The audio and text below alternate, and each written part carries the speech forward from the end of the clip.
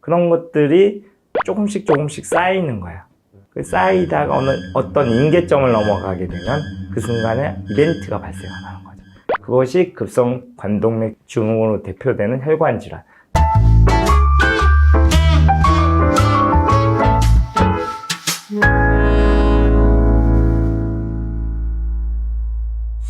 안녕하세요. 한양대학교 심장내과에서 근무하고 있는 임영효라고 합니다. 위험이 따로 있다? 네, 맞습니다. 네. 구체적인 기준이 있는 건지? 우리 몸의 콜레스테롤을 이야기할 때는 이제 일반인들이 알기 쉽게 좋은 콜레스테롤, 나쁜 콜레스테롤 이렇게 이야기를 합니다. 좋은 콜레스테롤이라는 것은 우리에게 이득이 되는 부분이고요. 나쁜 콜레스테롤이라는 건 사람에게 해가 되는 부분이기도 합니다. 그렇다면 좋은 콜레스테롤을 높이는 것이 중요하고 나쁜 콜레스테롤을 낮추는 것이 중요하겠죠.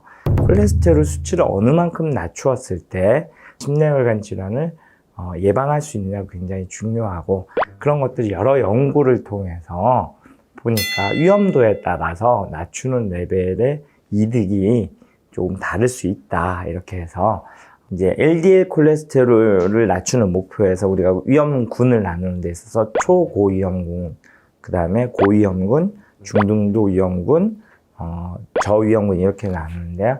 초고위험군이라고 하면 이미 심장혈관 질환을 알았던, 관상동맥 질환을 알았던 사람, 그리고 뇌혈관 질환을 알았던 사람, 이런 사람들, 그 다음에 말초동맥 혈관 질환을 알았던 사람, 쉽게 말해서 이미 혈관 질환을 진단받은 사람을 초고위험군이라고 하죠.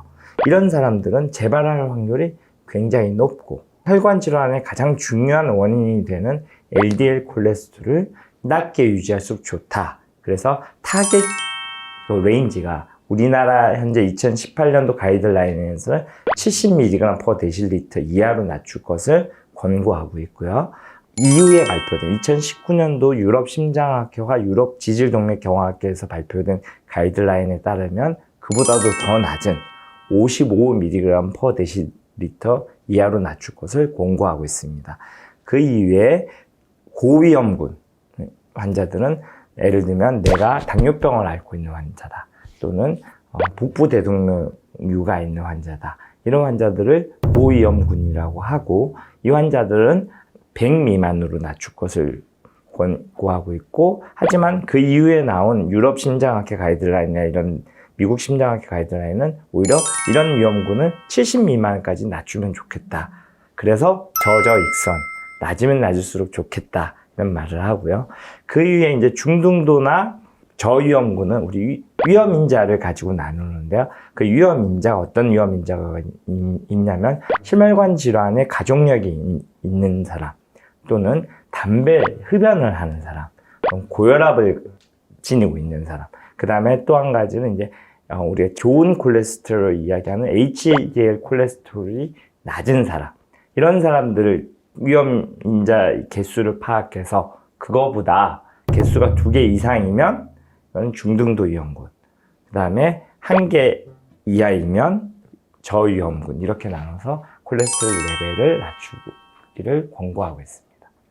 연령이랑도 관계가 있나요? 물론 있죠. 연령이 가장 중요하거든요. 남자는 45세 이상, 여자는 55세 이상이 되면 그 위험인자의 한 카테고리가 되는 거죠.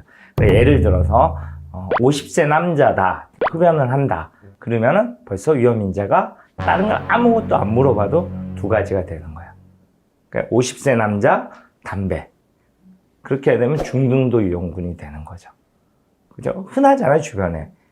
그죠? 부모님 세대에 흡연을 하고 있다, 무조건 중등도 위험군이 되는 거죠. 그때부터는 관리가 필요하다, 이렇게 생각합니다. 그렇죠.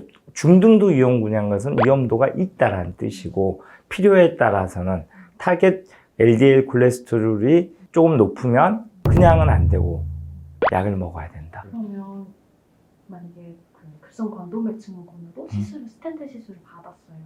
그 이후에 괜찮아졌어요. 그러면 또 괜찮은 걸까요? 괜찮지 않죠. 자, 급성 관동맥 증후군이라고 하는 것은 굉장히 큰 사건이에요. 급성 관동맥 증후군, 이름이 그냥 붙는 게 아니고요.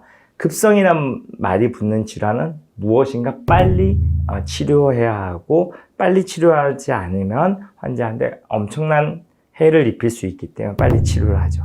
그래서 급성관동맥 증후군을 치료하고 나면 환자들이 큰 충격을 받기는 합니다.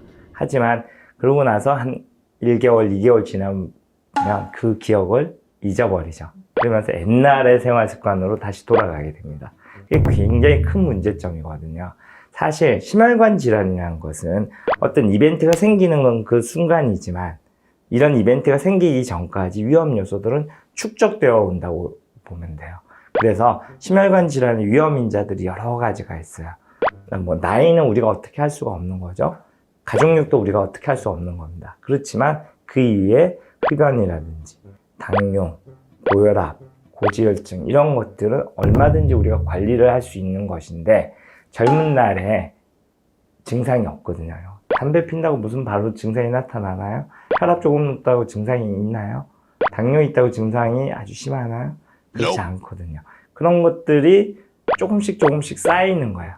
쌓이다가 어떤 임계점을 넘어가게 되면 그 순간에 이벤트가 발생하는 거죠.